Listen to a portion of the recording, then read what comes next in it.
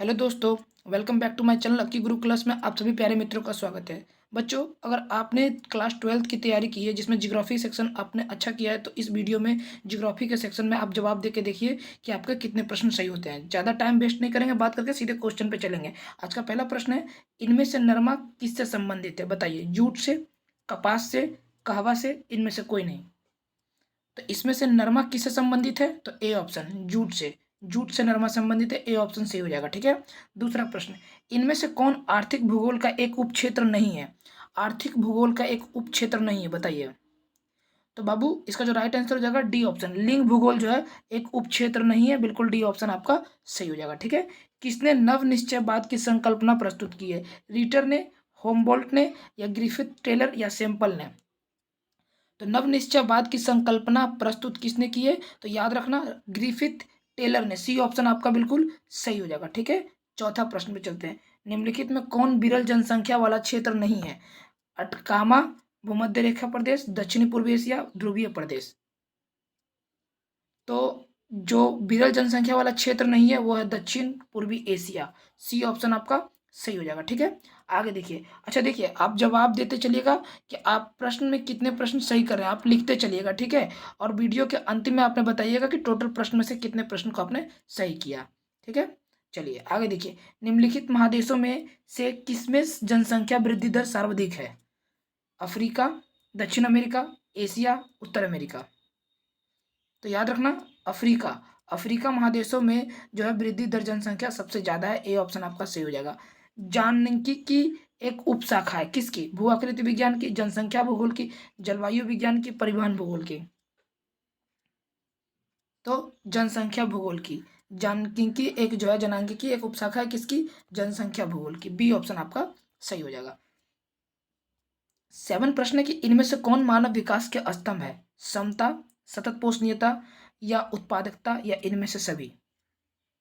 तो right answer हो जाएगा ऑप्शन डी, इनमें से सभी जो है मानव विकास के स्तंभ है। ए भी सही है, बी भी सही है, सी भी सही है। ठीक है। अगला प्रश्न, इनमें से कौन स्थानांतरण का प्रतिकर्षक कारक नहीं है? बताइए। मतलब देखिए, प्रतिकर्षक का मतलब क्या होता है कि जो किसी चीज से दूर चला जाता है। इसमें पूछा कौन नहीं है, बताइए। अपकर्षक का मतलब जो किसी की चीज की तलाश में जाए, अब प्रतिकर्षक मतलब किसी चीज के कारण दूर चला जाए। तो देखिए, बेरोजगारी जो है वो क्या है? प्रतिकर्षक का कारक है। ठीक है। महामारी भी प्रतिकर्षक का कारक है। जल संकट भी है। आपसे पूछा है नहीं, तो नहीं कौन होगा? D option. रोजगार अगर आपको कहीं पे मिलेगा तो आप थोड़ी ना वहां से दूर चले जाओगे। तो नहीं पूछा है तो डी ऑप्शन आपका सही हो जाएगा। ठीक है। चलिए 8वां प्रश्न का 9वां प्रश्न में चलते हैं। ये आ गया बच्चों आपका 9वां प्रश्न। इनमें से कौन जनांकीय संक्रमण की प्रथम अवस्था का सूचक है? बताइए। उच्च प्रजनशीलता एवं उच्च मत्रेता, या निम्न प्रजनशीलता एवं निम्न मत्रेता? ए बी दोनों सही है, इनमें से कोई नहीं। देखिए बच्चों, मैं ज़्यादातर अपने चैनल पे ये नहीं बोलता कि लाइक कर दीजिए, शेयर कर दीजिए। अगर आपको ये लगता है कि ये आपके काम की है, आपके दोस्तों के काम की है, आपको हेल्प मिल रहा है इस वीडियो से, तो आप सब्सक्राइब कर लीजिए और अपने दोस्तों के पास शेयर कर दीजिए। अगर आपके काम का लगता है कि नहीं है तो छोड़ दीजिए बच्चों। ठीक है। 9 नंबर का क्या होगा? A option. ठीक है। ए ऑप्शन बिल्कुल सही है। उच्च प्रजनशीलता एवं उच्च मत्रेता जो है जननांगी संक्रमण की प्रथम अवस्था का सूचक है। ए ऑप्शन सही हो जाएगा। ठीक है। आगे देखिए, और मेरे ख्याल से आप अगर मेरे वीडियो पे आकर पढ़ रहे हैं तो जाहिर सी बात है कि आपके काम की है, तो इसलिए बस आप अपने दोस्तों को भी जरूर शेयर कीजिएगा। ठीक है। देखिए, किस विजय के विद्वानों ने मानव विकास सूचकांक को विकसित किया था? भौतिकी, भूगोल, संस्कृत, अर्थशास्त्र? किस विजय के विद्वानों ने मानव विकास सूचकांक को विकसित किया था? तो इसका जो राइट आंसर हो जाएगा वो आपका अर्थशास्त्र। डी ऑप्शन आपका बिल्कुल सही होगा। अर्थशास्त्र के विद्वानों ने मानव सूचकांक का विकसित किया था। ठीक है। चलिए 11वां प्रश्न है कि मानव विकास के लिए कौन उपागम प्रोफेसर अमर्त्य सेन से जुड़ा हुआ है? क्षमता उपागम, आधारभूत आवश्यकता उपागम, कल्याण उपागम, या आय उपागम? तो प्रोफेसर अमर्त्य सेन से जो जुड़ा हुआ है मानव विकास के लिए उपागम, वो है क्षमता उपागम। ए ऑप्शन आपका बिल्कुल यहाँ पे राइट हो जाएगा। ठीक है। चलिए आगे देखिए। आरंभिक मानव अपने जीवन यापन के लिए किन गतिविधियों पर निर्भर था? पर्यटन पे, चलचित्र पे, आखेट एवं संग्रहण पे, शिक्षा पे? आरंभिक मानव अपने जीवन यापन के लिए किन गतिविधियों पर निर्भर था बच्चों? तो ये याद रखिएगा आप, आखेट एवं संग्रहण पे, मतलब शुरुआत के जीवन में जब आदि मानव थे, शुरुआत में जब मानव थे तो थोड़ी ना वो पर्यटन करने चल जाएंगे या फिर सिनेमा देखने चल जाएंगे, चलचित्र देखने चल जाएंगे, या उनके पास एजुकेशन होगा। वो आखेटी तो करेंगे। आखेट मतलब घूम घूम कर क्या करना, शिकार करना, भोजन इकट्ठा करना, संग्रहण उसी को बोलते हैं, आखेट और संग्रहण। ठीक है, तो इसलिए सी ऑप्शन आपका सही हो जाएगा। आगे देखिए, चलवासी पशुचारक निर्भर करते थे किस पर, पशु पर, पक्षी पर, लोहा पे, कपास पे। देखिए लोहा तो ऐसे काट दीजिए, क्योंकि पुराने जमाने में लोहा का ज्ञान ही, जब सिंधु सभ्यता में लोहा का ज्ञान नहीं था तो आदिमानव को कहाँ से हो जाएगा। जब लोहा नहीं था तो ज़्यादातर लोग खेती नहीं कर पाएंगे, तो कपास भी काट दीजिए, पक्षी होगा नहीं। तो चलवासी पशु किस पे निर्भर करते थे, ए ऑप्शन पशु पे। देखिए क्वेश्चन को अल्टरनेट करना सीखिए। अगर अल्टरनेट करने सीख जाइएगा ना तो आप आंसर खुद ब खुद निकाल लीजिएगा, अगर जो प्रश्न नहीं भी आएगा तो। ठीक है, ये देखिए रेनडियर कहाँ पाए जाते हैं। अब देखिए रेनडियर ये जो है ज़्यादातर ठंडे इलाकों में पाए जाते हैं। तो ठंडा इलाका मतलब आप बताइए, ये अर्थ है, ऊपर वाला इलाका नॉर्थ पोल होता है, नीचे वाला साउथ पोल होता है। तो ये नॉर्थ पोल और साउथ पोल पर सूर्य की या सन है, तो सन की लाइट यहाँ पर बहुत दूर तक पहुँचने में टाइम लग जाता है इसको, इसीलिए ये वाला इलाका बहुत ठंडा होता है। तो ठंडा होता है, इसको आर्कटिक कहते हैं। तो आर्कटिक प्रदेश यानी रेडियर कहाँ पाए जाते हैं, आर्कटिक प्रदेश में, यानी कि बी ऑप्शन आपका बिल्कुल सही हो जाएगा। विषुवत तो बहुत गर्म इलाका हो गया, ठीक है, तो इसलिए बी ऑप्शन आपका सही हो जाएगा। सीमेंट उद्योग आधारित है, बताइए, खनिज पर, रसायन पर, जंगल पर, जानवर पर। ये जो प्रश्न है बता दीजिएगा पट देवर, इसका आंसर खनिज पर। सीमेंट उद्योग जो है वो खनिज पर आधारित है, ये ऑप्शन आपका सही हो जाएगा। चलिए 16वां प्रश्न में चलते हैं। ये आ गया बच्चों आपका 16वां नंबर प्रश्न। 16वां प्रश्न कि इनमें से कौन औद्योगिक नगर है, आरा, बोकारो, अजमेर, लखनऊ। तो औद्योगिक नगर इनमें से कौन है बाबू, तो याद रखना यह जो है बोकारो जो है औद्योगिक नगर है, बी ऑप्शन आपका बिल्कुल सही हो जाएगा। ठीक है, 17वां प्रश्न है यहीं पे नीचे कि इनमें कौन स्लेज से संबंधित है, ऊंट, रेंडियर, गाय, इनमें से कोई नहीं। कौन स्लेज से संबंधित है, तो रेंडियर जो है स्लेज से संबंधित है, बी ऑप्शन आपका सही हो जाएगा। ठीक है, भारतीय राष्ट्रीय महामार्ग प्राधिकरण का प्रचलन कब हुआ था, 1994, 1995, 1996, 1997। तो बच्चों याद रखिएगा, भारतीय राष्ट्रीय महामार्ग का प्राधिकरण का प्रचलन जो है 1995 में हुआ था, बी ऑप्शन आपका यहाँ पे बिल्कुल सही जवाब हो जाएगा। ठीक है, चलिए आगे देखिए, निम्नलिखित में से कौन तृतीय क्रियाकलाप है, बताइए, बुनाई, कृषि, आखेट, व्यापार। देखिए आपने पढ़ा होगा कि प्राथमिक क्रियाकलाप, द्वितीय क्रियाकलाप, तृतीय क्रियाकलाप। तो याद रखिएगा बच्चों, तृतीय क्रियाकलाप जो है व्यापार है। प्राथमिक में कृषि खनन आता है, तृतीय में व्यापार आ गया। ठीक है, किस समुद्री मार्ग पर ऑकलैंड अवस्थित है। अच्छा, कभी आपको ऐसा लगे कि किसी प्रश्न में डाउट है सर, आपने उसका आंसर गलत बताया, तो आप मुझे कमेंट कर दीजिएगा, मैं फिर से रीवेरिफिकेशन करूंगा उस क्वेश्चन को, और फिर मैं उसको सुधारने की पूरी पूरी कोशिश करूंगा। ठीक है, पहले मैं क्वेश्चन को जांच पड़ताल कर लूँगा कि सच में ये गलत है या नहीं। ठीक है, क्योंकि बच्चों कभी कभी क्या होता है कि इंसानों से गलतियाँ हो जाती हैं। ठीक है, तो मैं तो यहाँ पे 100% अपना दे रहा हूँ, लेकिन आपको ऐसा लगे कि नहीं सर इसमें मुझे डाउट है, तो मुझे आप कमेंट में कर दीजिएगा।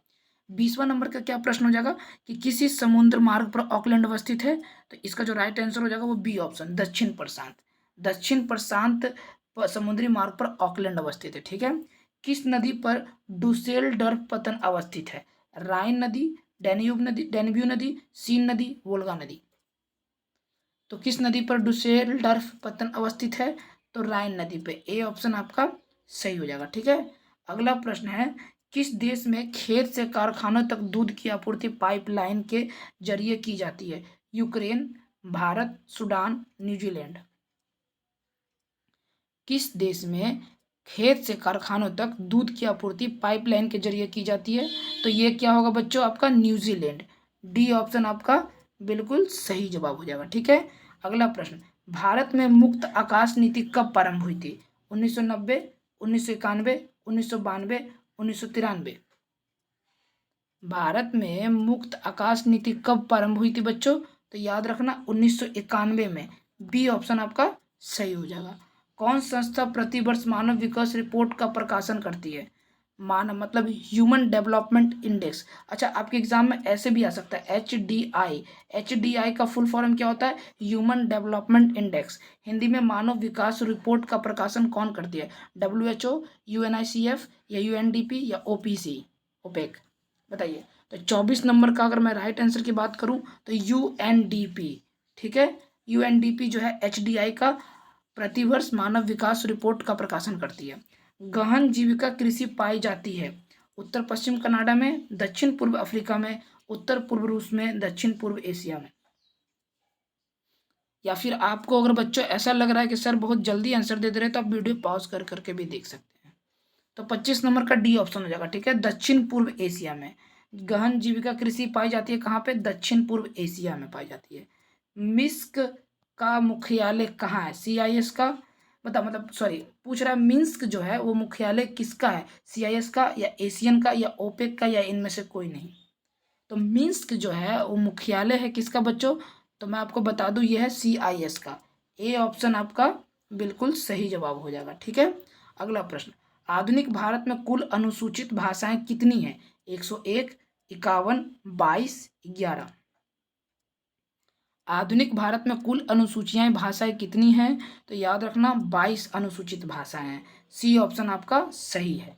अगला प्रश्न है, मणिपुर, मिजोरम और नागालैंड में कौन सी भाषा बोली जाती है? किरात, आर्यन, द्रविडियन, निषाद। मणिपुर, मिजोरम और नागालैंड में जो भाषा बोली जाती है वो भाषा बच्चों निषाद। डी ऑप्शन सही जवाब हो जाएगा, ठीक है। 29वां प्रश्न, किस प्रदेश में प्रलेखित प्राचीनतम नगरीय बस्ती पाई जाती है? हवंगो घाटी, नील घाटी, सिंधु घाटी, मेसोपोटामिया। तो 29 नंबर का हो जाएगा सी ऑप्शन, सिंधु घाटी। किस प्रदेश में प्रलेखित प्राचीनतम नगर बस्ती पाई जाती है? सिंधु घाटी। सी ऑप्शन आपका सही हो जाएगा। प्रयाग एक उदाहरण है प्राचीन शहर का, आधुनिक शहर का, मध्यकालीन शहर का, इनमें से कोई नहीं। तो प्रयाग जो है बच्चों आपका प्राचीन शहर का एक उदाहरण है। ए ऑप्शन सही हो जाएगा। इनमें से कौन सांस्कृतिक शहर का उदाहरण है? पुष्कर, बबीना, दानापुर, श्रीनगर। इनमें से कौन सांस्कृतिक शहर का उदाहरण है बताइए? तो बाबू पुष्कर जो है सांस्कृतिक शहर का उदाहरण है। ए ऑप्शन बिल्कुल सही हो जाएगा, ठीक है। 32वां प्रश्न पे चलते हैं। ये आ गया बच्चों आपका 32वां प्रश्न। देखिए बच्चों 12 मिनट के अंदर 32-33 प्रश्न कवर करवा दिए हैं, ठीक है। तो बस इसीलिए कम समय में ज़्यादा सीखने के लिए आप हमसे जुड़िए, ठीक है। इसीलिए सब्सक्राइब कर बेल आइकन घंटी प्रेस कीजिए कि मेरा एक ही उद्देश्य रहता है, टाइम बर्बाद नहीं करना, बकवास नहीं करना, सीधे प्रश्न को कवर करवाना, ठीक है। देखिए मऊ उदाहरण है किसका? शैक्षणिक शहर का, गैरिसन शहर का, औद्योगिक शहर का, इनमें से कोई नहीं। मतलब मऊ किसका उदाहरण है? तो मऊ जो है एक प्रकार का डियर स्टूडेंट गैरिसन शहर का उदाहरण है। बी ऑप्शन सही हो जाएगा। निम्नलिखित में कौन भूमि उपयोग वर्गीकरण नहीं है? बताइए, निम्नलिखित में कौन भूमि उपयोग वर्गीकरण नहीं है? तो इसका जो राइट आंसर हो जाएगा सीमांत भूमि जो है एक प्रकार का वर्गीकरण भूमि उपयोग में नहीं आती है। डी ऑप्शन सही हो जाएगा। हरित क्रांति का संबंध जो है वो किससे है? फसल से, मछली से, वन से, अंडा से। तो हरित क्रांति का संबंध फसल से है। ए ऑप्शन सही हो जाएगा, ठीक है। अगला प्रश्न, इनमें कौन कॉफी उत्पादन के लिए प्रसिद्ध है? पश्चिमी घाट, पूर्वी घाट, सतपुड़ा पर्वत, हिमालय पर्वत। कॉफी उत्पादन के लिए जो प्रसिद्ध है बाबू, याद रखना पश्चिमी घाट जो है वो कॉफी उत्पादन के लिए प्रसिद्ध है। ए ऑप्शन सही हो जाएगा, ठीक है। भरमौर जनजाति क्षेत्र किस राज्य में है? मध्य प्रदेश, हिमाचल प्रदेश, आंध्र प्रदेश, अरुणाचल प्रदेश। भरमौर जनजाति क्षेत्र किस राज्य में है? तो याद रखना भरमौर जनजाति जो है वो हिमाचल प्रदेश में है। बी ऑप्शन सही हो जाएगा। झाबुआ जिला किस राज्य में है? बिहार में, झारखंड में, मध्य प्रदेश, छत्तीसगढ़।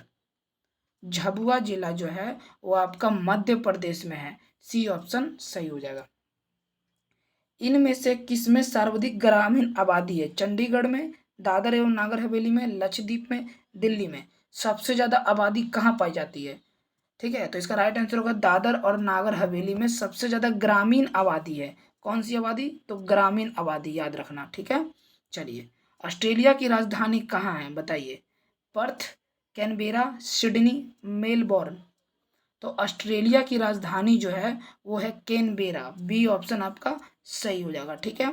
सन नगर संकल्पना किसने दी है? Patrick Geddes, Jean Gottmann, Humboldt, Ratzel. तो सन नगर संकल्पना किसने दी है बाबू? तो ये दी है जीन गोटमैन ने। बी ऑप्शन आपका, एक सेकेंड, बी ऑप्शन आपका बिल्कुल सही हो जाएगा, ठीक है। झारखंड में कोयला खान कहाँ है? रांची में, जमशेदपुर में, झरिया में, या इनमें से कोई नहीं? तो झारखंड में कोयला खान झरिया में है। सी ऑप्शन आपका बिल्कुल सही हो जाएगा। घाटशिला कहाँ है बताइए? बिहार में, राजस्थान में, झारखंड में, गोवा में? तो घाटशिला जो है वो झारखंड में है। सी ऑप्शन सही हो जाएगा। भारत का प्रथम तेल शोध केंद्र कहाँ स्थित है? पन्ना, सूरत, धनबाद, डिगबोई? तो भारत का प्रथम तेल शोध केंद्र असम के डिगबोई इलाके में है। डी ऑप्शन आपका सही हो जाएगा। ठीक है, क्लास अच्छा लग रहा है बाबू तो जरूर लाइक का बटन दबा दीजिएगा। इससे हमें मोटिवेशन मिलता है, प्रेरणा मिलती है कि बच्चे हमें पसंद कर रहे हैं, शेयर कर रहे हैं, तो हमें और अच्छी अच्छी क्लास लानी चाहिए। ठीक है, आगे देखिए। इनमें कौन राष्ट्रीय राजमार्ग दिल्ली और कोलकाता को वाराणसी होकर जोड़ता है? NH1, NH2, NH3, none of this? तो राजमार्ग को दिल्ली और कलकत्ता को वाराणसी जोड़ने वाला नेशनल हाईवे 2 है। बी ऑप्शन सही हो जाएगा। दक्षिण मध्य रेलवे का मुख्यालय कहाँ अवस्थित है? सिकंदराबाद, बेंगलुरु, चेन्नई, हुबली? दक्षिण मध्य रेलवे का मुख्यालय कहाँ स्थित है बाबू? तो यह है सिकंदराबाद में। ए ऑप्शन सही हो जाएगा। इनमें से कहाँ अनुसूचित जनजाति संख्या नहीं है? मैं फिर से बोल रहा हूँ, एग्जाम में ये नहीं जरूर देखना। ठीक है, ये बहुत बड़ा दिक्कत करता है बच्चों के साथ। नहीं नहीं देखते, है वाला देख के सही मार देते हैं आंसर, और वो हो जाता है गलत। अनुसूचित जनजाति संख्या नहीं पूछा है, तो इसका आंसर क्या होगा? पंजाब में, राजस्थान में, झारखंड में, मध्य प्रदेश में? तो इसका राइट आंसर हो जाएगा पंजाब में अनुसूचित जनजाति की संख्या नहीं पाई जाती है। ए ऑप्शन सही हो जाएगा। तारापुर संबंधित है किस चीज से? परमाणु ऊर्जा से, सौर ऊर्जा से, पवन ऊर्जा से, तापीय ऊर्जा से? क्लास की पीडीएफ लेनी है तो 9523023488 पे मैसेज कर दीजिए।